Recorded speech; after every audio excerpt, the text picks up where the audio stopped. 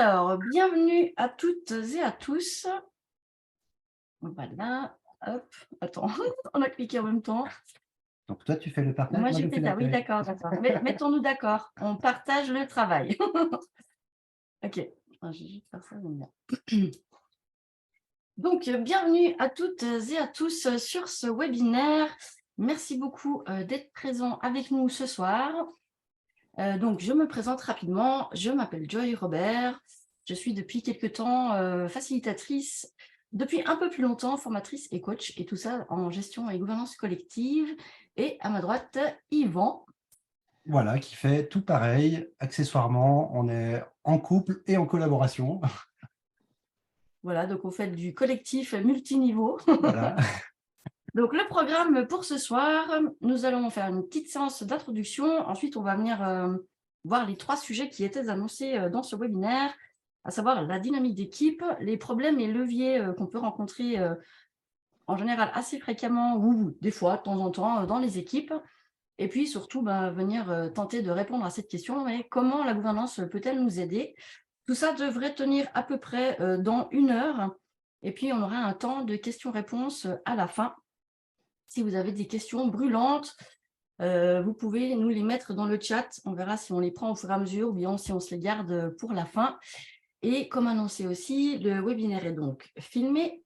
Mais a priori, comme nous sommes épinglés, vous ne serez pas sur le replay, mais qui sera mis à votre disposition dès demain. Et puis demain, dans le mail qu'on va vous envoyer, il y aura aussi le diapositive qu'on va utiliser ce soir, et puis un petit livret à télécharger qui reprend aussi ces grandes thématiques. Et puis, bien sûr, on aimerait que ce soit interactif. Donc, si vous avez des questions, posez-les soit dans le chat ou notez-les. Et puis, il y aura un petit temps interactif, mais plutôt sur la fin du webinaire. Voilà. Yes. Du coup, bah voilà, le webinaire, on l'avait présenté un petit peu enjeux écologiques et sociaux. Comment, je te laisse cliquer pour admettre, enjeux écologiques et sociaux. Comment la gouvernance collective peut nous aider. Bah, on est à des périodes qui peut nous amener pas mal de défis collectifs au niveau global. Ben, tout ce qui est écologie, ça se joue multiniveau, mais notamment vraiment tout ce qui est en réchauffement climatique notamment. Donc enjeux globaux, écologiques et sociaux qui deviennent quand même des enjeux et des défis complexes, beaucoup plus avec des dimensions plus systémiques, aux échelles locales, globales, intermédiaires. Et puis, aujourd'hui, on a un petit peu une difficulté collective en tant que collectif humanité, c'est qu'on n'est pas très, très, très super compétent en fait à gérer ces types de défis et ces types d'enjeux. Et notamment, c'est pas évident, on n'a pas forcément des capacités ou des compétences à penser et à agir ensemble à des niveaux complexes systémiques. Voilà, c'est pas très, très, très, très pratique, mais du coup, ça nous amène à un défi collectif d'évoluer sur ces endroits-là, de pouvoir penser ces nouvelles dimensions, ces nouveaux enjeux qui sont plus des enjeux de notre village, de notre région, de notre pays, mais voilà, à d'autres échelles, et en même temps qui jouent aux différentes échelles. Donc voilà, on a besoin d'évoluer quelque part individuellement et collectivement. Et puis peut-être que certains d'entre vous ont vu sur LinkedIn passer ces derniers jours, il y avait une conférence de Thibaut Faucon à Innopolis Expo, où il parle un petit peu de ces défis, notamment je crois qu'il est impliqué sur l'ADME, et ils ont des programmes avec nous pour accompagner à pouvoir penser la complexité, la systémique, avec des notions de formation, d'avoir des facilitateurs, des personnes qui viennent intervenir dans les collectifs à différents endroits pour aider à faire ce chemin qui, a priori, on aurait besoin d'arriver à faire ensemble. Puis pour d'autres personnes qui ont envie d'explorer, il y a les approches spirales dynamiques qui peuvent aussi être quelque chose qui éclaire, qui mériterait largement des webinaires à ce sujet tout seul. Alors, où c'est qu'elle peut nous aider quelque part, la gouvernance qu'on l'appelle partagée, distribuée, il y a plein de noms qu'on peut associer à ces approches-là. Là, on a repris une petite image, normalement on utilise plus pour de la permaculture et des notions de zonage. La gouvernance partagée, distribuée, elle peut venir nous permettre de nous entraîner à faire ensemble à des endroits où ça vient déjà nous mener des défis, des fois au niveau individuel, des fois juste dans la relation avec une autre personne et puis dans la relation au groupe.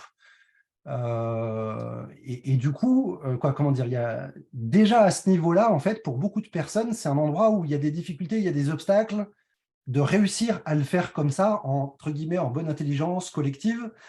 Euh, et du coup, voilà, on peut vraiment s'entraîner à le faire à des échelles plus petites, des groupes de 12, des groupes de 100, et en même temps, ça ne suffira pas si on veut relever les défis plus larges. À un moment, il s'agirait de réussir à avoir des changements d'échelle, à comment on s'auto-organise les uns les autres, comment on s'ajuste au niveau local, régional, mondial, et tout ça. Euh, Là où elle peut nous aider aussi, c'est que les approches de gouvernance partagée distribuée, souvent, elles sont pilotées par les valeurs. Et ce n'est pas évident pour tout le monde d'être au clair sur comment on met nos valeurs et nos intentions les plus nobles comme système qui dirige nos prises de décision. Toute décision est censée être prise au regard des valeurs communes qu'on a mis ensemble. Donc, si on arrive à le faire à petite échelle, c'est déjà un bon entraînement. Et pour passer sur l'échelle suivante, ça va nous mener à des défis encore un petit peu plus techniques. Parce que si on est un groupe, on fait de la gouvernance partagée distribuée dans un groupe qui adore le potager local, c'est bien, on a des valeurs communes. Si on commence à passer sur l'échelle démocratique, je viens de passer sur la suite, ben, on va avoir des défis nettement plus complexes. C'est qu'en fait, au sein d'une population locale, régionale, mondiale, on va avoir des personnes qui ont des manières de penser qui peuvent être très différentes. Et en fait, il s'agirait, le défi, c'est de pouvoir intégrer ces différentes manières de penser qui peuvent vraiment varier pour que ça fonctionne. Et dans nos sociétés, il y a des personnes qui peuvent avoir des manières de penser très polarisées, binaires, le bien, le mal, le juste, l'injuste, voilà, plein de choses qui sont très polarisées. Il y a des personnes qui sont très centrées sur des manières de penser rationnelles. Il y a la science et il y a la science, c'est tout. Alors, c'est caricatural, hein, comme je le fais. Il y a des personnes qui sont dans des endroits plus sensibles, avec recapter les émotions, une sensibilité écologique. Et il y a des personnes qui sont plutôt à ces endroits-là, des personnes qui sont plutôt dans du systémique complexe. Et à un moment, voilà, comment on arrive à composer avec tout ça et permettre à des systèmes complexes, c'est-à-dire quoi, l'humanité, au global et local, réussir à ce que tout ça s'auto-organise en s'adaptant à chaque contexte et à chaque échelle. Tous les contextes ne sont pas les mêmes, toutes les solutions ne sont pas les mêmes. Donc effectivement, les contextes et du coup les solutions ne seront pas les mêmes. Et c'est pour ça que c'est intéressant de s'intéresser en fait au contexte qui nous intéresse, dans lesquels nous on est. Et puis c'est pour ça qu'on voulait parler un petit peu de la dynamique d'équipe. Et puis pourquoi et comment, on le verra par la suite, pourquoi évaluer la dynamique d'équipe, la qualité relationnelle entre les gens. Et ben c'est simplement pour évaluer ce qui fonctionne bien et pouvoir le célébrer, et puis évaluer ce qui ne fonctionne peut-être pas bien ou moins bien, dans l'idée de pouvoir juste trouver des leviers et puis de s'améliorer. Et puis, dans cette dynamique d'équipe, nous, techniquement, on vient observer en fait différents éléments. Donc, qu'est-ce qu'on vient observer au niveau de la dynamique d'équipe? Comment ça fonctionne au niveau structurel, au niveau organisationnel, comment on s'organise entre nous? Le côté opérationnel, est-ce qu'on est capable de faire des choses ensemble concrètement, d'avoir des résultats? Et puis aussi le côté relationnel. Comment est-ce que ça fonctionne? Est-ce qu'on est positivement impacté par nos relations? Ça se passe bien et on en profite pour grandir aussi ensemble. Et puis là, on aime bien voilà, rajouter ces 4 symptômes de fonctionnement. Et Yvan en a déjà parlé aussi tout à l'heure, le sens. Quand finalement, collectivement, on a un sens, ensemble, on s'est mis d'accord et on va tous dans la même direction. La qualité des relations, l'efficience à la tâche qui est en lien avec l'opérationnel, et puis la capacité à l'équipe ou au système avec agilité, de s'adapter aux changements qui vont intervenir autant à l'interne qu'à l'externe, et puis de pouvoir le faire avec résilience, voilà, de pouvoir venir s'adapter en fait aux besoins en fonction de ce qui se passe à l'interne et à l'externe. Nous, nos axes d'observation sont les suivants. On va venir regarder si les cadres intentionnels et le cadre d'équipe, on le reverra par la suite. Pour nous, c'est vraiment les 2 piliers de base qui nous assurent que finalement, on va pouvoir faire ce qu'on veut ensemble. Est-ce qu'ils sont clairs? Est-ce qu'ils sont inspirants? Est-ce que ça nous soutient en fait dans ce qu'on a envie de faire? Est-ce que les priorités collectives sont claires? Est-ce que dans notre équipe, on est tous d'accord sur qu'est-ce qu'on est en train de faire et quelles sont les prochaines étapes quelque part? La structure organisationnelle, Est-ce qu'on est au clair sur qui fait quoi, qui a les responsabilités, les autorités, ce genre de choses. Le suivi opérationnel, est-ce que ça fonctionne bien? Est-ce que je suis au courant de qu'est-ce qui se passe, le projet XY? Est-ce que je peux avoir des informations, où est-ce qu'ils en sont? Sur l'amélioration et l'adaptation, on revient à ces notions de résilience. La reconnaissance, est-ce que l'équipe est capable, ou est-ce qu'elle le fait déjà, de se donner de la reconnaissance interpersonnelle? Et puis aussi la qualité des réunions, on voit que c'est un gros levier, c'est un gros axe d'entrée pour améliorer en fait, enfin pour venir nous aider dans nos projets, c'est comment on gère nos réunions, la qualité, la longueur et finalement les résultats, de nos réunions. OK, du coup, on a un petit peu, les axes d'observation et pourquoi observer tout ça. Et puis maintenant, ben, comment? Comment on va pouvoir observer ce qui se passe dans l'équipe? On peut avoir des éléments, très, concrets et d'autres éléments qui sont plus, subtils, subjectifs. En tous les cas, nous, on utilise un outil de diagnostic qui nous permet justement d'aller poser les questions à tous les membres de l'équipe. Ça a l'intérêt aussi d'être anonyme et ça permet de faire vraiment ressortir ce que l'équipe, le système en tant que système va pouvoir va venir dire où est le curseur sur l'ensemble de ces points qu'on a voulu observer. On peut aussi faire une séance de bilan en équipe. Ça permet de récolter à peu près les mêmes informations, voire certaines autres. Les deux choses peuvent être très complémentaires. Et puis, on peut aussi mener des entretiens individuels, en sachant qu'il va falloir consolider a posteriori toutes les informations que vous aurez captées en entretien individuel pour pouvoir faire émerger en fait ce qui se passe au niveau du groupe. Et puis là, vous pouvez à choix choisir l'une, deux ou un mix de ces deux ou trois solutions pour observer. Tout ça toujours dans l'idée de reconnaître ce qui va bien et pouvoir donner de la reconnaissance et des remerciements. Et puis aussi de trouver les leviers qui vont nous permettre de mieux fonctionner par la suite. Yes, merci. Du coup, on voulait venir visiter un petit peu des problèmes courants qu'on peut rencontrer dans des équipes. Alors, j'ai besoin. Ah, pardon. Alors, avant de parler des problèmes, assez souvent, il y a de plus en plus d'équipes qui ont des aspirations, des valeurs communes qui peuvent être, par exemple, de la confiance, d'avoir des projets où on fait ensemble des choses qui ont du sens, d'avoir des valeurs communes, intentions inspirantes. On voudrait que les réunions et les décisions soient satisfaisantes, peut-être qu'on voudrait de l'entraide, peut-être de l'écoute mutuelle, quoi. Bref, un petit peu tous les trucs qui sont à l'écran. Il y a pas mal de groupes pour qui ce genre de choses peut avoir du sens. En même temps, la réalité de pas mal de collectifs, c'est de rencontrer les problèmes suivants. Il y a des endroits où on fait des choses, on va dans des directions qui manquent de sens, il y a des tensions et conflits, il y a des décisions difficiles, on peut peut-être se retrouver avec des règles inutiles, des différences de valeurs, voilà, du flou sur les priorités, et ainsi de suite. Il y a plein de... Tout ce qui est affiché à l'écran, voilà, qui sont des grands classiques de difficultés de groupe. Là, on avait envie de venir éclairer des types de dysfonctionnements particuliers. Sauf on a une petite douzaine de difficultés qui sont assez courantes dans des collectifs, et puis aussi de vous amener quelques leviers par rapport à cette difficulté. Qu'est-ce qu'on pourrait faire pour anticiper, éviter, prévenir, ou alors, si ça apparaît, de pouvoir corriger le tir sur ces types de problèmes. Et on verra que bien souvent, les modèles actuels de gouvernance partagée distribuée viennent justement proposer des leviers, des solutions pour ces écueils un peu courants. Alors, premier écueil courant, par exemple, une personne fondatrice, une personne dirigeante, par exemple la personne qui a initié le projet ou qui est à la tête de son équipe, qui ne partage pas les autorités ou qui les partage mais qui reprend le contrôle en fait dès que ça ne se passe pas comme elle le souhaite. Et là, justement, la gouvernance partagée distribuée va venir proposer en fait à cette personne de mettre de la clarté sur qu'est-ce qu'elle est d'accord de partager, qu'est-ce qu'elle est d'accord de distribuer, et puis de s'engager formellement en fait sur ces différents éléments. Voilà, notamment, ça peut être de s'engager sur une constitution. Il existe des approches constitutionnelles comme holacratie ou modèle Z et tout ça. Et à un moment, c'est pas juste, je dis, on va faire du partagé distribué, c'est OK, oui, je le dis, et je signe des espèces de règles de base. Oui, absolument, merci.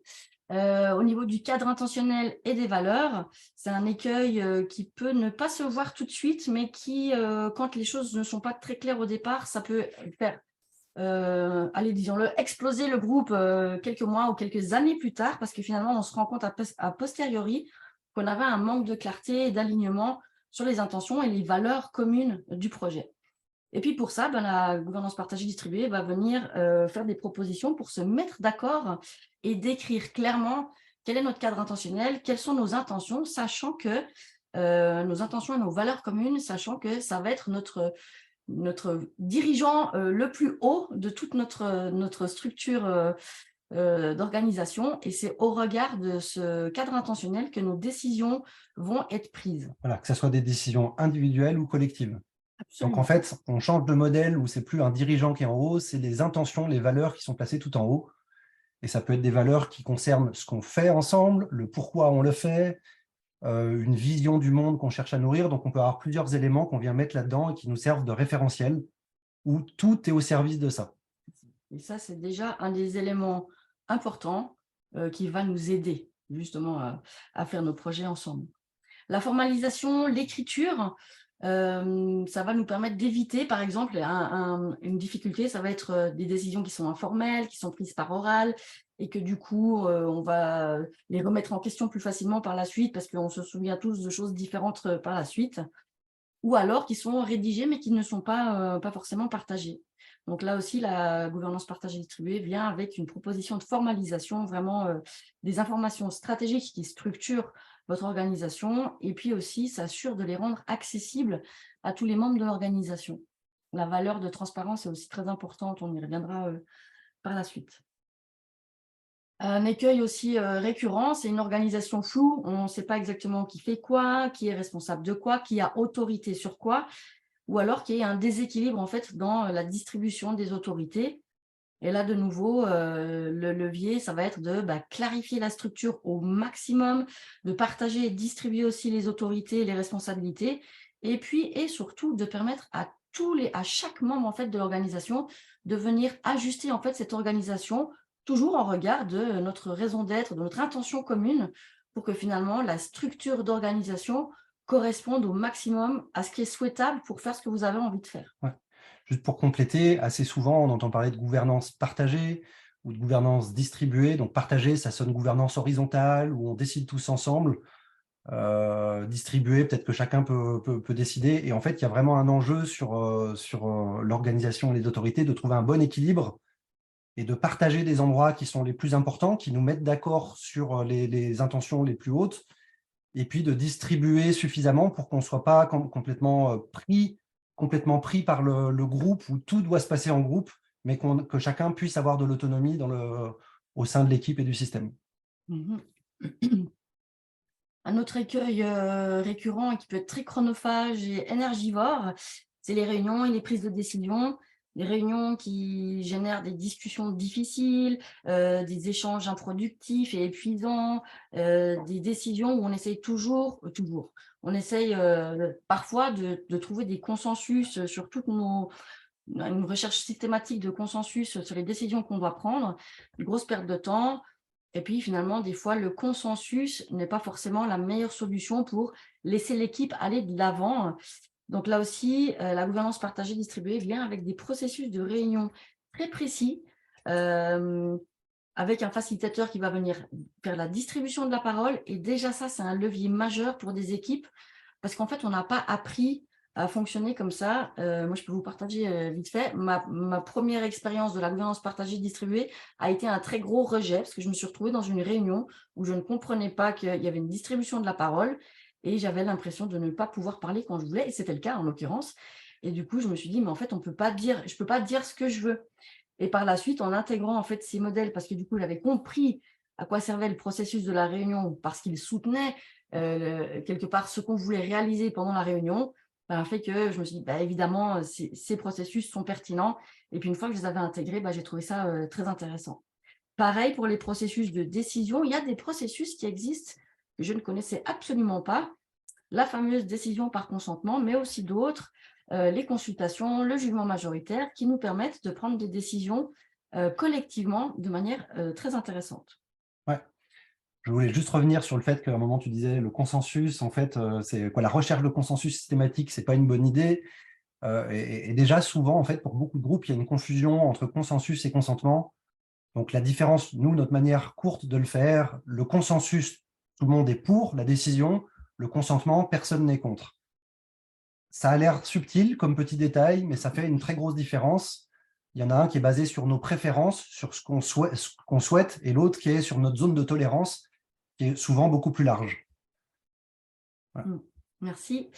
6e écueil, ce serait d'appliquer en fait ces processus de manière mécanique sans tenir compte du fait que nous sommes des humains avec tout notre monde subjectif et émotionnel à l'intérieur, et dans certains cas voilà, d'avoir une application trop rigide de ces processus peut être totalement contre-productif. Et là, le levier, ça va être de bien connaître les processus et savoir à quoi ils servent, mais c'est jamais une fin en soi de dérouler le processus exactement comme il est. Le processus va soutenir une équipe à atteindre un résultat. Et donc là, le levier, ça va être de voilà, tenir compte Équilibrer la rigueur et le soin qu'on peut amener aux humains. Voilà. Et ça, je prends juste un exemple. Vous avez peut-être entendu parler des approches comme holacratie, qui, nous, sont des approches qu'on apprécie vraiment, mais il y a des endroits, il y a des personnes où holacratie a très mauvaise presse, et ça peut se comprendre parce qu'il y a des organisations en fait, où ils pratiquent holacratie en mode mécanique, où vraiment il n'y a pas de place à une quelconque sortie, ce qui a du sens, hein, c'est quelque part, ça permet d'avancer, mais en même temps, du coup, ça vient brusquer les humains que nous sommes, ça a le potentiel de brusquer les humains que nous sommes, et à un endroit, c'est contre-productif. Donc, comment on essaye de tenir la rigueur, et de temps en temps, on fait des sorties, mais on ramène, et du coup, de trouver quelque chose, voilà, il ne s'agirait pas que ça parte dans tous les sens non plus. Donc, trouver vraiment cet équilibre. Yes, un piège assez rigolo aussi, c'est de croire qu'en fait, on va amener des systèmes de gouvernance partagés, distribués, peu importe comment on les appelle, on va amener ça dans des équipes, et puis mais tout le monde est fan de ça. Faux, faux, faux, faux, faux. En fait, non, il y a des personnes qui n'aiment pas ce type de modèle. Et par exemple, sauf erreur, les statistiques quand ils amènent holacratie dans des organisations, ils ont 10 à 15% de personnes qui quittent les organisations. Alors on peut se dire, ah, c'est pas cool, ça fait partir des gens. En même temps, ils ont pu se rendre compte qu'avec le temps, les personnes qui restent, elles restent de manière plus durable. Et il y a moins de turnover, il y a moins de personnes qui partent et qui rentrent et qui partent et qui rentrent, ce qui est quelque chose qui demande beaucoup d'énergie aux équipes et aux organisations. Mais voilà, tout le monde n'est pas fan, et du coup, potentiellement, le levier, c'est d'accueillir que ça, c'est une réalité, et que potentiellement, il y aura des départs à accompagner, et que ce n'est pas l'endroit le plus confortable. Mais voilà. Donc, essayer d'accompagner les départs en douceur, et puis d'accompagner les personnes à se saisir de ces approches aussi en douceur. Un écueil assez conséquent que nous, on peut voir sur nos accompagnements, c'est la notion de compétence. C'est-à-dire que ce n'est pas parce qu'on a découvert dans une petite vidéo, dans un webinaire comme on le fait ce soir, ou une vidéo sur la décision par consentement, ou qu'on a lu un article là-dessus, ça ne veut pas dire qu'on est compétent à le pratiquer avec un groupe, ni à le faciliter avec un groupe. Et ça,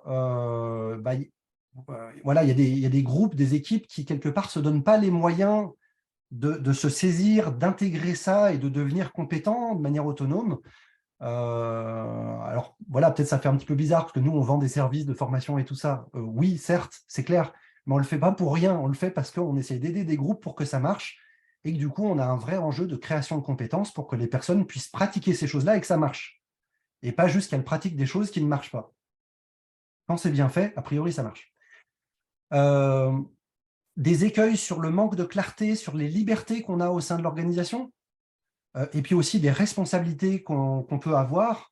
Et il y a des enjeux au sein de l'équipe, donc dans les leviers, de vraiment apprendre à cultiver sa souveraineté individuelle, d'oser s'affirmer, en même temps de garder, de savoir en fait qu'on a besoin d'écouter les besoins des uns des autres, de prendre en compte ce qui se passe aux différents endroits.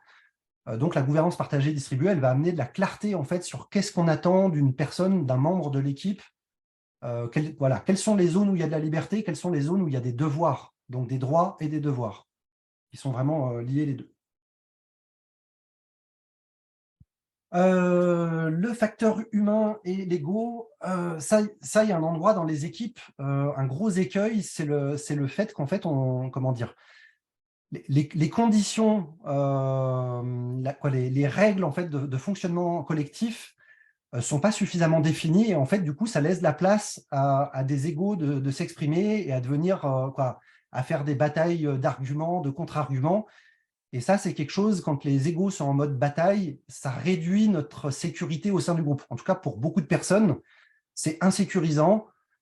Et du coup, si c'est insécurisant, on risque de ne pas dire les choses qu'il faudrait dire. On n'ose pas les dire parce que ça se trouve, on va se faire laminer par des arguments de quelqu'un d'autre ou des choses comme ça. Et là, comment dire, un des enjeux par rapport à ça, c'est créer par exemple un cadre d'équipe, de clarifier des attitudes qui sont attendues et qui permettent de créer de la sécurité, de l'écoute active, des choses de ce type-là, d'apprendre à accueillir les points de vue de l'autre, à questionner pour comprendre, à exprimer le sien de manière la plus habile possible. Et à nouveau, là, c'est des choses que la gouvernance peut nous amener des clés là-dessus. Les deux derniers qu'on voulait amener, les notions de cadre et de recadrage. En fait, la gouvernance, elle amène à clarifier plein de cadres. Le cadre de nos intentions collectives, le cadre de nos priorités collectives, le cadre des règles attendues, et ainsi de suite, des choses qu'on a déjà dit puis qu'on redira par la suite. Donc, on définit un certain nombre de cadres qui sont choisis, qui ne sont pas des cadres imposés. L'idée, c'est que ça soit choisi, tout ça ensemble. Et malgré qu'il y ait ces cadres qui soient définis, il arrive qu'il y a des personnes qui ne les respectent pas, ces cadres. Et là, dans pas mal de groupes, il n'y a personne qui veut faire un peu le rappel, genre, dis donc, sortie de cadre, là, on a un problème. Et du coup, un des leviers, c'est de s'assurer qu'il y ait des personnes au sein de l'organisation dont c'est vraiment une mission de s'assurer, d'interpeller sur ces différents cadres s'il y avait des sorties. Ça peut être fait de manière habile et tout ça, mais c'est important que ça soit fait. Si on ne le fait pas, il y a des trucs qui peuvent vraiment dégénérer. Et puis, autre levier, cultiver chacun d'entre nous au sein de l'équipe notre assertivité. Ce que j'entends par assertivité, c'est la capacité à prendre soin de mes besoins et de ceux des autres. Et du coup, ça demande des explorations, ça prend un petit peu de temps. Mais voilà, chercher des solutions gagnant-gagnant ou le moins perdant-perdant possible. Dernier écueil, et pas des moindres, l'inclusion. Souvent, il y a des groupes qui s'intéressent à la gouvernance partagée distribuée, qui ont des valeurs d'inclusion, d'intégration. Tout à fait, ça, moi, je partage ce genre de valeurs. Mais du coup, en fait, le piège, des fois, c'est de ne pas avoir de processus d'inclusion du tout. C'est-à-dire que n'importe qui peut arriver, n'importe quand, quasiment, pouf, il y a une réunion, tiens, il y a un nouveau, ouais, salut, ok. Et en fait, c'est quelque chose qui peut déstabiliser la dynamique de groupe. À chaque fois qu'il y a des entrées et des sorties, c'est quelque chose qui amène du mouvement. On doit apprendre à s'auto-ajuster les uns avec les autres. Et puis, le risque vraiment le plus important, c'est que sans processus d'inclusion, sans avoir des filtres et puis des moments où on dit « Ok, c'est bon, tu peux rentrer, tu as l'air compatible, est-ce que tu veux toujours rentrer ?» Donc, on se check ensemble, que la personne veut toujours rentrer et que nous, on est toujours d'accord qu'elle rentre. Et notamment, en fait, l'enjeu, il est que la personne soit alignée sur les valeurs profondes communes et qu'on voit qu'on a pu tester de collaborer ensemble pour vérifier que c'est pas « oui, oui, non, mais j'adore vos valeurs, oui », et puis concrètement, dans la pratique, est-ce que les valeurs, elles sont ramenées à un niveau des comportements? Et parce que si on n'a pas de filtre à cet endroit-là, une fois que les personnes sont rentrées et qu'on rencontre les difficultés, qu'il n'y a pas eu de mécanismes de résolution de conflits qui sont en place ou des choses comme ça, ça devient très compliqué. Donc, c'est un endroit vraiment important et qui est souvent négligé par des groupes, de bien s'assurer comment les personnes peuvent rejoindre l'organisation. Voilà, bon, ça, c'était tous les trucs un petit peu pénibles qu'on peut rencontrer. On va rebasculer sur des trucs un peu plus cool quand même. Voilà, c'était ce qui nous amenait ce soir à avoir cet échange avec vous, c'était comment la gouvernance peut nous aider. Et c'est tout à fait en regard avec ce que disait, pardon, Yvan en introduction, c'était comment relever les défis qui nous attendent au niveau des enjeux écologiques et sociaux. Et c'est d'utiliser ces modèles pour venir nous transformer nous-mêmes, pour cultiver cette compétence de collaboration en équipe. Les valeurs et principes de base de ces modèles de gouvernance partagée et distribuée vont être des vrais piliers pour nous aider individuellement et collectivement à justement réussir à faire des choses ensemble, et notamment, premièrement, la relation d'équivalence. C'est-à-dire qu'on est tous, chacun et chacune est en équivalence au regard des règles du jeu et du pouvoir. C'est-à-dire que pour les choses qui sont importantes, on va décider collectivement et chaque personne a le même poids, entre guillemets, au regard de ses règles et du pouvoir. La co-responsabilité, c'est que chacun individuellement va être amené à être responsable tant au niveau du bon fonctionnement du système que de faire des propositions pour l'améliorer. Et ça va être un vrai changement aussi de prendre cette responsabilité, puisque personnellement, moi, je n'ai pas appris à être plus responsable que ça dans mes emplois antérieurs, où j'avais quelque chose à faire de très précis, mais finalement, il ne fallait pas que je sorte de ma zone. Alors que là, finalement, il y a un retournement de paradigme où chacun devient un capteur, et je crois que je le redis juste après, est un capteur en fait pour venir faire des propositions d'amélioration du système, toujours en regard de notre intention. Voilà, ce qui fait que c'est la fin de la victimite, quelque part. Oui. C'est que si quelqu'un trouve quelque chose qui ne fonctionne pas, on n'est pas censé faire « Ah mince, il y a un truc qui ne fonctionne pas, on ne peut rien changer ». On est censé amener quelque chose, amener une proposition pour permettre au système de s'ajuster. Oui. La notion de confiance aussi, parce qu'on s'est rendu compte que l'intelligence collective peut émerger en fait à un moment donné où il y a de l'intelligence individuelle et aussi de la confiance en fait entre les uns et les autres. Si je suis dans une équipe où j'ai pas confiance de quels vont être les retours que je vais avoir si je viens justement exposer un besoin, et ben finalement je vais priver le système de l'expression de ce besoin. Donc là aussi, chacun va être amené à favoriser l'authenticité et les relations de confiance pour soutenir justement l'émergence de cette intelligence collective. Et puis, une valeur et un principe vraiment fondamentaux, c'est le partage et la distribution des autorités. Et comme l'a dit Yvan juste avant, mais finalement, c'est vraiment très important, cette différence entre consensus, consentement, etc. Il y a les éléments qu'on va, enfin plutôt le partager, distribuer. Qu'est-ce qu'on va partager et qu'est-ce qu'on va distribuer, sachant qu'il va y avoir un équilibre entre les deux. On va partager à tous les membres tout ce qui est important, l'intention, les priorités collectives, la structure organisationnelle, les règles et les processus qui vont nous permettre finalement de définir les cadres qui vont nous permettre de fonctionner ensemble. Mais comme on n'a pas envie finalement de décider quelle va être tous ensemble, quelle va être la couleur des volets ou finalement quelle va être la largeur des places de parking, eh ben, il y a plein de choses aussi qu'on va distribuer à des membres et à des personnes, soit à des rôles structurels, on le verra rapidement en holacratie notamment, les rôles les différentes tâches en fait, du manager classique sont réparties sur différents rôles structurels. Et puis aussi, les cercles et les rôles opérationnels, c'est-à-dire les personnes et les rôles qui vont permettre de faire ce que l'organisation décide de faire. Donc ça, c'est aussi vraiment très important. Ça va vraiment nous soutenir et ça va nous aider de changer de paradigme. Il n'y a plus un chef qui décide pour tout le monde et on est des exécutants. Finalement, à la tête, il y a nos intentions. Juste en dessous, on est tous ensemble pour décider les grandes orientations. Et ensuite, on délègue les choses qu'il y a à faire et chacun va être amené à faire ce qu'il a à faire en connaissance de cause, puisqu'il est à même de le faire, et aussi avec cette capacité de capter si les décisions qu'il prend ont un impact en fait sur les autres. Et si les décisions que je prends dans un rôle bien précis a un impact sur les autres personnes de mon équipe ou du système, je vais aller consulter ou co-décider avec eux ce qui est pertinent pour le système. Oui. Yes. Je voulais juste revenir là sur la notion déjà de cercle et rôle opérationnel. Qu'est-ce qu'on entend par ça? Un cercle ou un rôle opérationnel, c'est une personne ou des personnes qui vont faire quelque chose de concret pour l'organisation.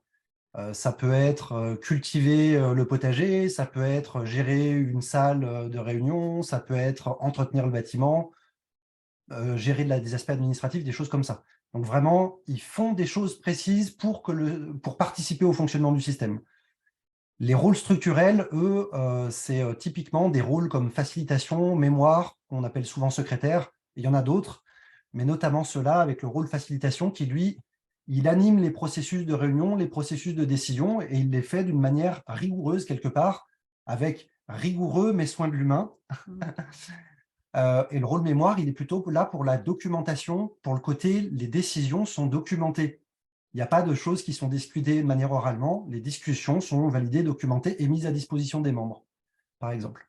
Donc, eux, ils viennent soutenir le fonctionnement général, mais sans faire quelque chose de précis autre, comme de l'administratif ou de la peinture. Merci. Encore 3 valeurs et principes qui vont nous soutenir dans nos nouvelles façons de nous organiser ensemble. C'est la transparence.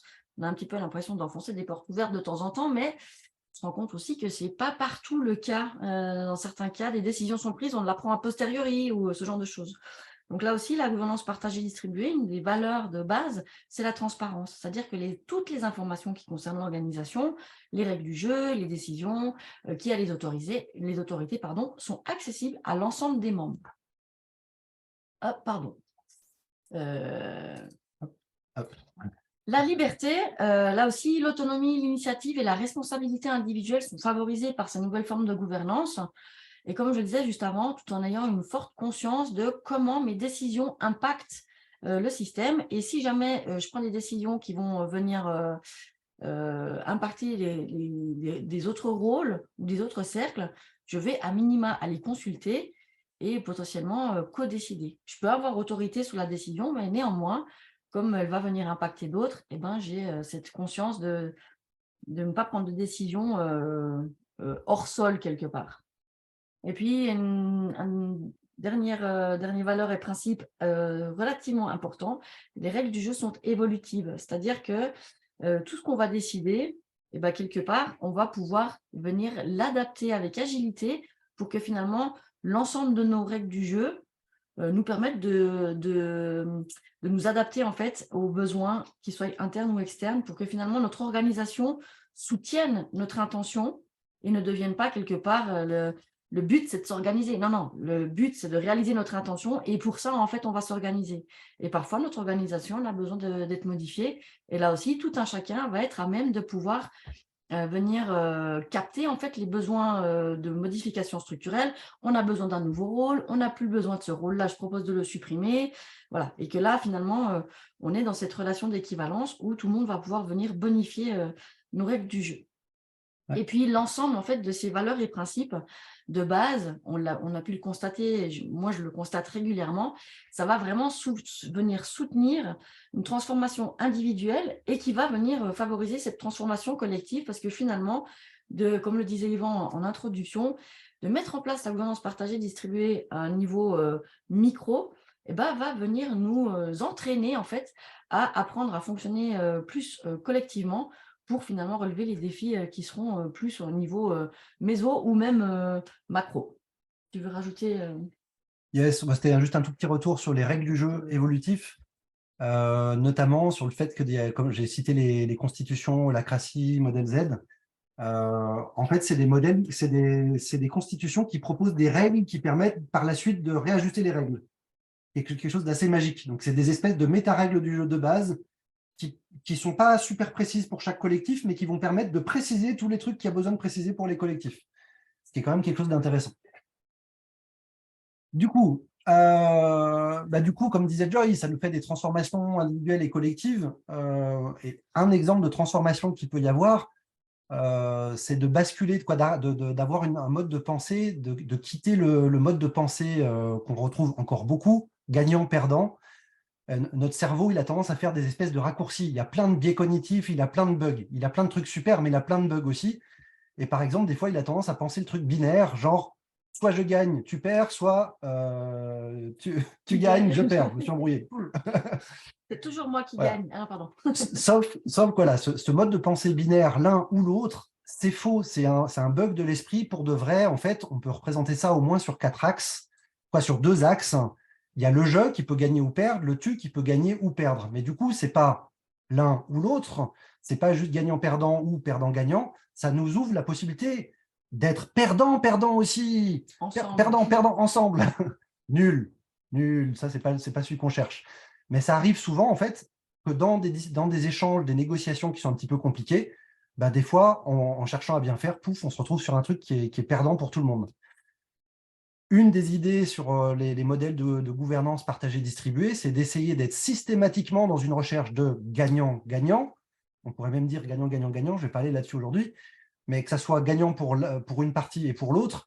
Et dans le doute, si on n'y arrive pas, à minima d'être le moins perdant-perdant possible. Mais du coup, de s'engager les uns les autres à refuser que ça soit gagnant-perdant ou perdant-gagnant. Hors de question. On doit trouver la meilleure solution ou la moins pire.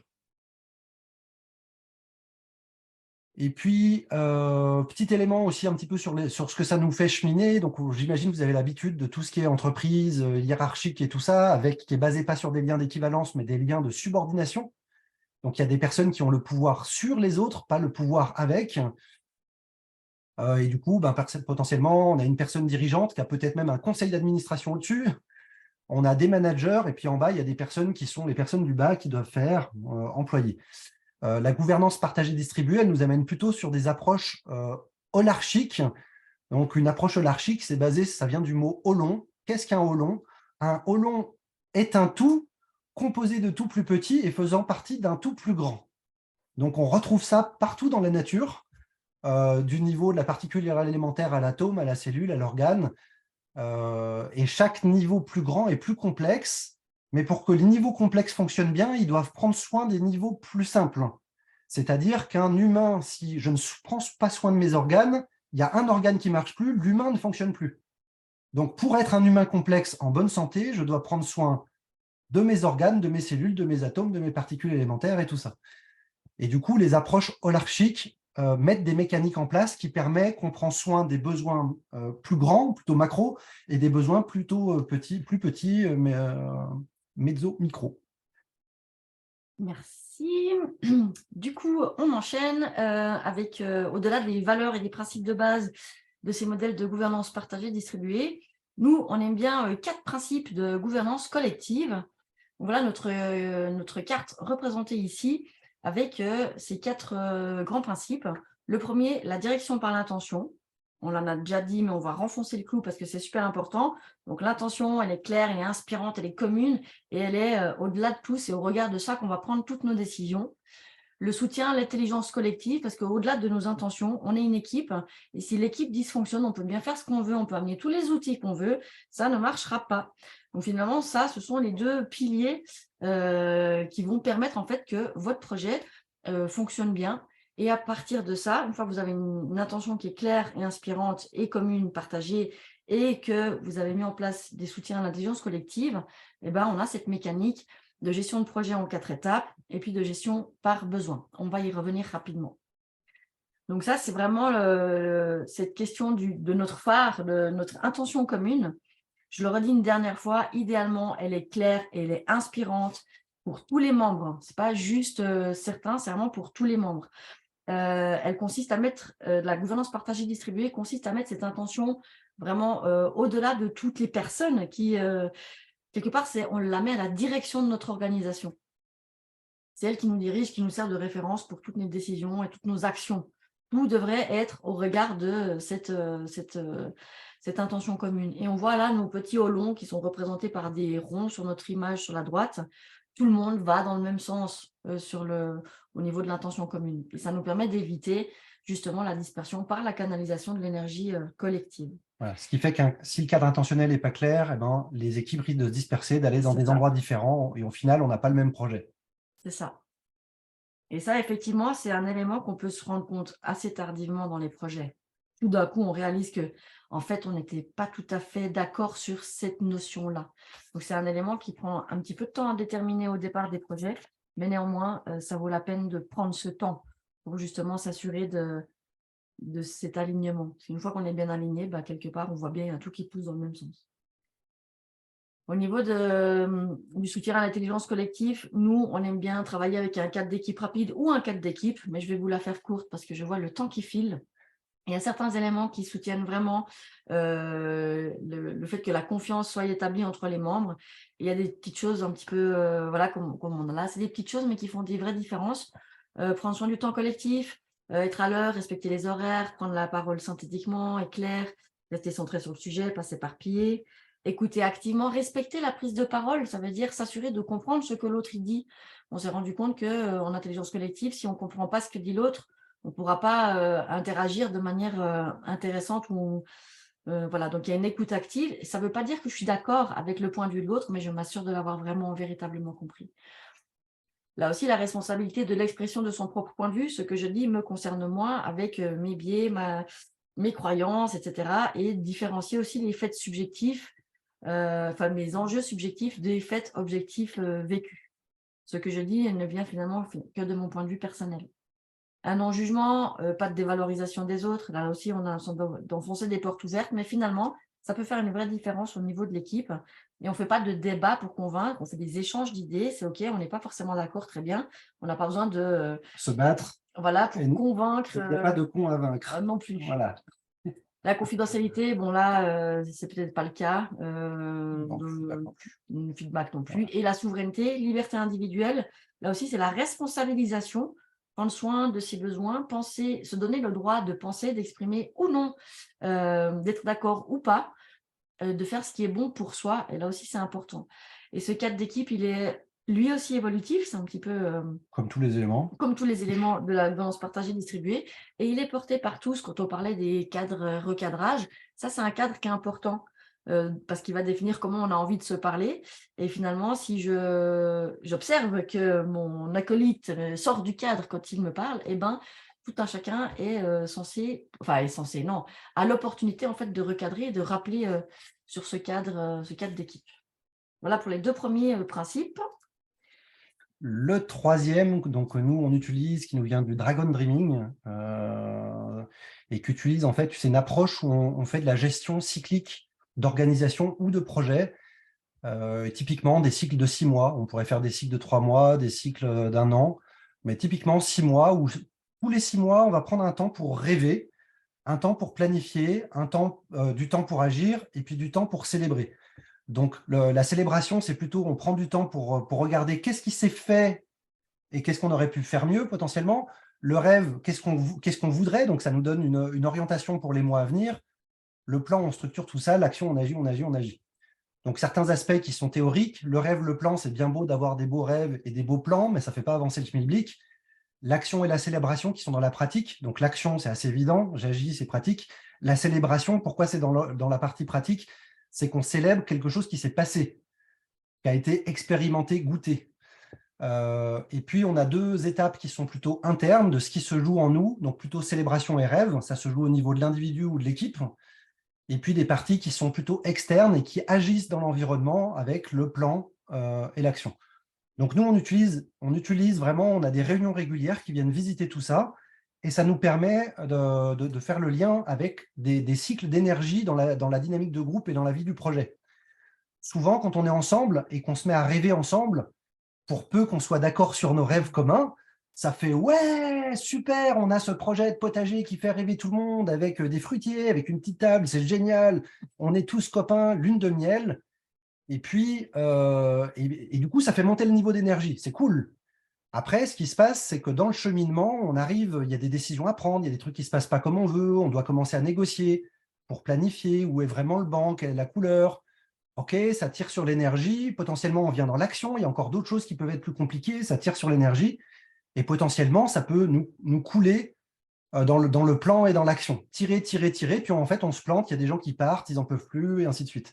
Et en fait, d'avoir un rendez-vous qui est prévu régulièrement pour la célébration, c'est quelque chose qui permet de débriefer ce qui s'est passé, de reconscientiser tout ce qui s'est passé, parce qu'il y a des choses qui ont avancé, d'autres peut-être pas, et ça remonte le niveau d'énergie, et on rêve. Et du coup, c'est des espèces de respiration comme ça, où on fait remonter le niveau d'énergie. Et du coup, ces 4 étapes-là, on peut les voir à plusieurs échelles. On peut l'utiliser là, comme je vous l'ai dit, sur des périodes de 6 mois, mais nous, on l'utilise des fois même sur 1 heure, sur une réunion d'1 heure, on peut rêver, c'est quoi l'intention de cette réunion particulière? OK, plan, comment on s'y prend pour qu'elle déroule bien? On l'a fait. Célébration, OK, comment vous avez trouvé cette réunion? C'était bien? Qu'est-ce qui était bien améliorable? Voilà. Donc, c'est vraiment une mécanique que nous, on utilise à plusieurs échelles. Et puis le quatrième principe, c'est justement la gestion par besoin, pardon. Et vous avez peut-être déjà entendu la gestion par tension. Donc nous, on préfère le mot besoin, où finalement chacun est un capteur en fait de qu'est-ce qu'on pourrait, où et comment on pourrait améliorer notre façon de faire, notre système, notre façon de nous organiser. Et finalement, le besoin, cette tension, c'est la différence qu'il y a entre la situation actuelle et une situation désirée, idéale ou meilleure. Et en fait, au moment où je capte ce besoin et que je l'exprime, eh ben, ça permet au système de s'ajuster, de s'adapter de manière pertinente. Idéalement aussi, ça c'est un petit piège sur lequel on aime bien mettre un petit peu l'accent. On voit apparaître le besoin. Ok, bah là typiquement il y a un petit besoin. Il faudrait qu'on passe Un fossé. faut qu'on passe le fossé. Et du coup, on va consulter le système. Bon, qui a une idée pour faire ce pas? Qu'est-ce qu'on pourrait faire? Et là, techniquement, enfin, des fois, il peut arriver qu'il y ait le piège de la meilleure idée. Moi, j'ai une idée super, on va faire un super pont. Ah, mais moi, je connais mon beau-frère, il est génial, il va nous faire un truc héliporté. Bref. Et puis, finalement, avec ce piège de la meilleure idée, vient aussi Les coûts irrécupérables. les coûts irrécupérables. C'est-à-dire que si on a passé trop de temps à mettre en place une solution, si elle est dysfonctionnelle, on va avoir tendance à la garder quand même parce que finalement, on y a mis tellement de temps et d'énergie qu'on n'osera pas revenir en arrière. Et là, quelque part, cette gestion dynamique par besoin, et c'est bien le côté dynamique, c'est de trouver la solution minimale fonctionnelle avec agilité. On fait un petit pas. Donc là, on se rend compte que finalement, pour traverser cet espace, bah, peut-être qu'une petite planchette fait l'affaire. En tout cas, dans un premier temps, et peut-être qu'à posteriori, on va se rendre compte que non, il faudrait faire passer une voiture ou un camion ou que sais-je, un cheval, et que du coup, la planche ne suffirait pas. Mais là, on va pouvoir s'adapter en continu et puis finalement trouver des solutions qui sont agiles, légères et finalement minimales fonctionnelles. Et des fois, la planche tient des années. Et des fois, la planche tient des années. Et puis, un élément aussi intéressant par rapport à cette gestion par besoin, c'est que finalement, les besoins sont de type varié dans une équipe. On peut avoir des besoins de sens, d'intention commune, d'avoir des relations qui fonctionnent bien, une équipe qui fonctionne bien. On peut avoir des besoins de se caler sur des priorités. Qu'est-ce qu'on va faire ces prochains mois, ces prochaines semaines? On a besoin d'avoir une structure qui est claire, qui est soutenante, qui est pertinente. Je ne me souviens plus qui c'est qui s'occupe de ça. Où est-ce que je peux trouver l'information? On a besoin de se synchroniser, de faire avancer des projets. Et parfois, on a aussi besoin, justement, comme disait Yvan, pour éviter le crash, après avoir beaucoup agi, d'avoir des temps de bilan, de prise de recul, de reconnaissance et aussi de feedback. Et finalement, tous ces processus de gouvernance partagée distribuée viennent avec des réunions types qui vont permettre de venir répondre à ces besoins. Et le fait de répartir les besoins dans des espaces qui sont différents, ça nous évite de tout mélanger. Et je ne sais pas si vous avez déjà vécu ça, une réunion où finalement, dans la réunion, on a un petit peu de tout. Quelqu'un qui arrive complètement démonté émotionnellement et puis il a un besoin opérationnel parce qu'il a besoin de la clé, puis qu'en même temps, il trouve que c'est pas normal qu'il n'a pas eu l'information là, et puis qu'il aurait besoin d'un nouveau rôle et que finalement, voilà. Donc là, on veut essayer de sortir de cette pelote de laine et de répartir en fait les besoins dans les bons espaces avec les processus qui permettent de les résoudre de la manière la plus efficace possible. Donc ça, c'est aussi un levier très intéressant qui est amené par la gouvernance partagée. Yes. Du coup, ça peut faire impressionnant. On peut se dire, waouh, il y a 10 000 réunions et du coup, ça va être la réunionnite. Ce n'est pas du tout l'idée. Pour vrai, dans la pratique courante, une fois que ce genre de méthode est bien intégrée, c'est la réunion opérationnelle, de temps en temps un peu structurelle, opérationnelle. Et les autres, elles sont là comme des rendez-vous ponctuels, cycliques, et s'il y a besoin. Du coup, question au-delà de tout ça, si on a envie d'utiliser ce genre de pratique, comment on peut s'y prendre? Nous, on conseille d'avoir vraiment 3 points d'appui, de s'assurer d'avoir vraiment 3 points d'appui avant que des équipes utilisent ce genre d'approche. Déjà, de s'assurer que dans l'équipe, il y a des besoins. Parce que si l'équipe, elle fonctionne nickel, que tout est parfait, il n'y a pas de besoin, il ne faut pas amener un système de gouvernance partagée distribuée. Aucun sens. Donc, s'il n'y a pas des besoins perçus par les personnes, rien n'a changé. S'ils ont des difficultés, ça peut créer du besoin, résoudre ces difficultés. OK, là, il y a un moteur. Il s'agit que le changement il soit souhaitable. Imposer la gouvernance partagée distribuée, c'est un non-sens pour nous. Proposer à une équipe de fonctionner comme ça, oui, et c'est elle qui co-décide, mais elle le décide si c'est souhaitable. Et ça, c'est quelque chose vraiment qui fait une différence énorme, d'aller sur des propositions, des demandes, des suggestions, mais ne pas contraindre, ne pas forcer. D'autant plus que ça serait un petit peu antinomique, je ne sais pas le bon mot, mais on ne peut pas forcer des gens à faire de la gouvernance partagée distribuée quelque part. C'est à l'encontre même de la philosophie de base de la gouvernance partagée distribuée. Voilà. Et puis le troisième point d'appui qui pour nous est important, c'est de s'assurer que les équipes qui voudraient utiliser ce genre de méthode pour s'organiser, de s'assurer qu'elles aient des valeurs communes. Les valeurs communes, le cadre intentionnel, que nous on considère comme l'élément le plus important, des plus importants, pour s'assurer qu'en fait les personnes qui sont là sont des personnes qui souhaitent ces intentions communes. Merci. Et puis du coup, si vous avez l'envie en fait de voir pour répondre en fait aux besoins que vous avez pu observer dans votre équipe. Donc, on se base peut-être sur l'enquête qu'on a fait auprès de la dynamique d'équipe. Et puis, là, nous, on se base sur des éléments de ce qu'on a appelé l'écocratie, qui est le modèle sur lequel on est aujourd'hui, pour voir aussi qu'est-ce qui serait souhaitable, non souhaitable, parce que tout ça, en fait, c'est une très grande boîte à outils. Et surtout, ce qui est très important, c'est que vous preniez les outils dont vous avez besoin. Aucun intérêt de s'encombrer d'outils dont vous n'avez pas besoin. Et puis, ça vous donne aussi l'occasion de voir qu'est-ce qui est déjà fait, qu'est-ce qui est déjà en place dans votre équipe et potentiellement qu'est-ce qui resterait à faire. Et puis, d'utiliser cette carte des éléments, ça peut aussi être intéressant en accompagnement d'équipe, mais c'est un peu un autre sujet. Donc là, on vous a fait une petite carte très simplifiée des éléments de l'écocratie en 7 grandes catégories. Les intentions communes. Est-ce qu'on a envie de se mettre d'accord sur mission, raison d'être, valeurs et principes? Le cadre d'équipe, modèle de gouv, etc. Consultation et décision, est-ce qu'on a envie d'apprendre et d'utiliser des nouvelles méthodes de consultation et de décision, avec notamment la décision par consentement, mais aussi la consultation par résonance majoritaire qui permet d'aller interroger un système relativement grand. Parce qu'on va se rendre compte aussi que la plupart de ces outils fonctionnent très bien jusqu'à 12, 15 personnes, 20 maximum. Après, ça devient compliqué. Donc là aussi, il y a des outils qui nous permettent de changer d'échelle, avec aussi typiquement le jugement majoritaire, qui est une méthode de scrutin beaucoup plus pertinente que le scrutin à la majorité. Et puis aussi d'autres éléments qui sont dans les priorités collectives. Là, vous retrouvez les 4 étapes de la gestion de projet, le rêve, priorité collective, le plan avec la structure organisationnelle, est-ce qu'on a envie de fonctionner avec tout ça? Qu'est-ce qui serait déjà en place ou pas? Est-ce qu'on a même des cahiers des charges préexistants bien documentés? Le suivi opérationnel, est-ce qu'on a envie de travailler avec un storyboard? Mais là aussi, ça amène pas mal d'éléments qu'on n'a pas eu le temps d'aborder pendant ce webinaire. Et puis, le bilan, piste d'amélioration, reconnaissance. Voilà, ça peut être des éléments sur lesquels vous pouvez vous interroger. Est-ce que vous avez envie, besoin de mettre ça en place dans vos équipes pour finalement vous diriger petit à petit vers une organisation partagée, distribuée? Voilà. Je vous invite là sur cette image à essayer de faire une petite photo mémoire pour vous, ou une capture d'écran, peut-être qu'on vous le mettra dans le chat tout à l'heure. Ben voilà, Joy est en train de faire une capture, elle le mettra dans le chat.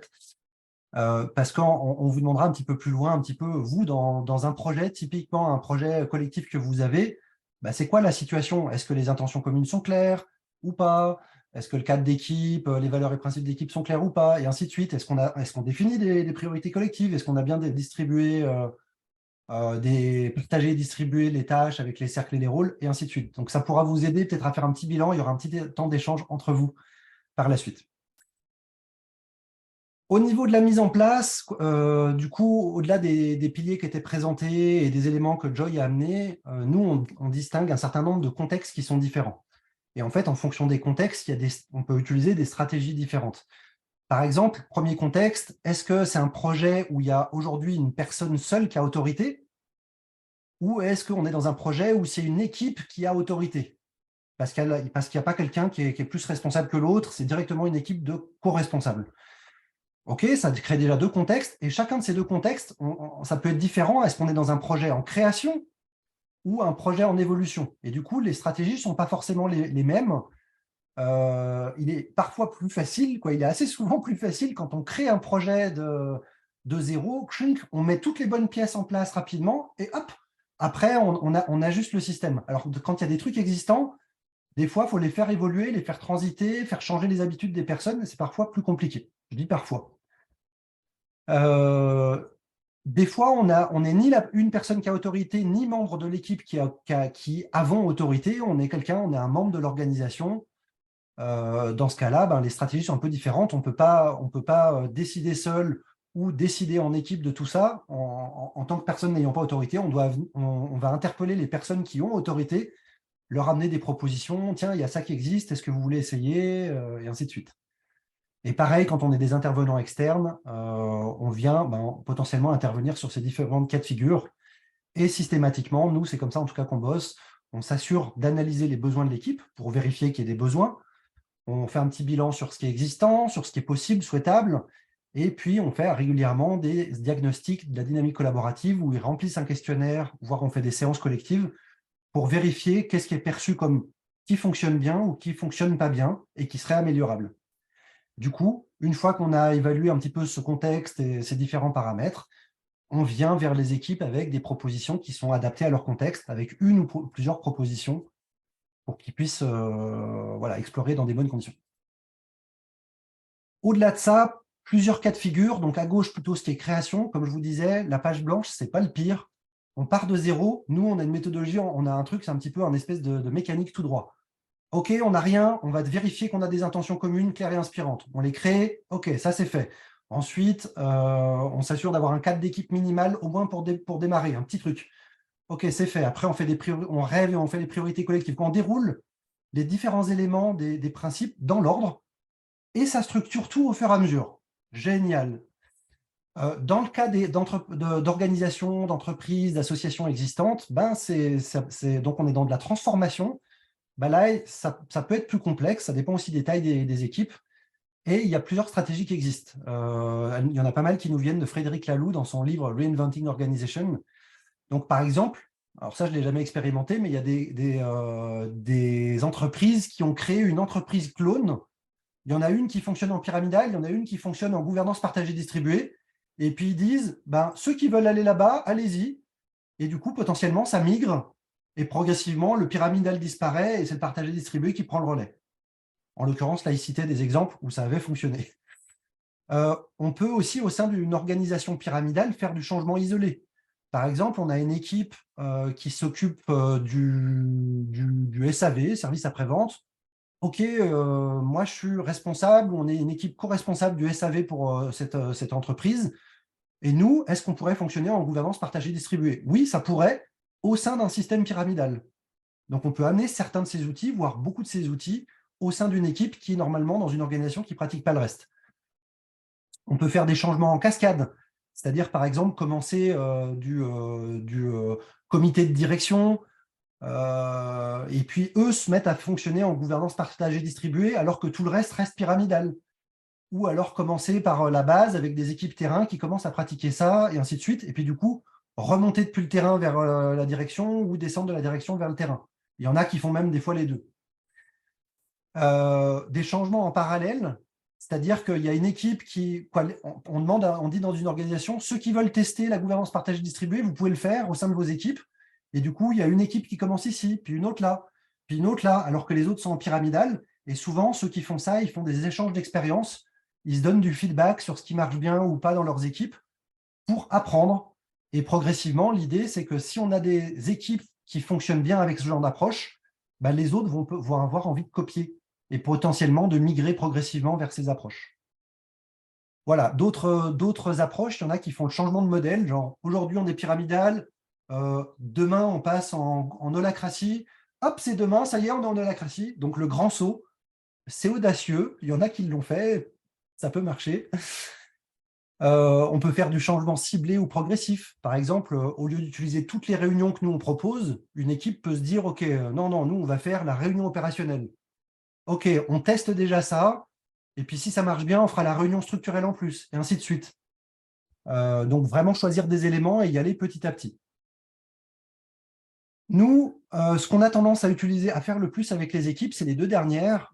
C'est souvent de proposer aux équipes de faire une exploration préliminaire. Donc on leur ouvre un espace, typiquement de 2 jours, de 16 heures à 20 heures, un espace dans lequel on va venir expérimenter chaque processus. Et c'est que de l'expérimentation, il n'y a pas de décision de dire on va fonctionner comme ça. Donc on vient tester, et si dans ce qu'on a testé, en fait, il y a des choses qui nous parlent, maintenant qu'on les a testés, on va pouvoir se dire si on veut aller plus loin ou pas pour les pratiquer.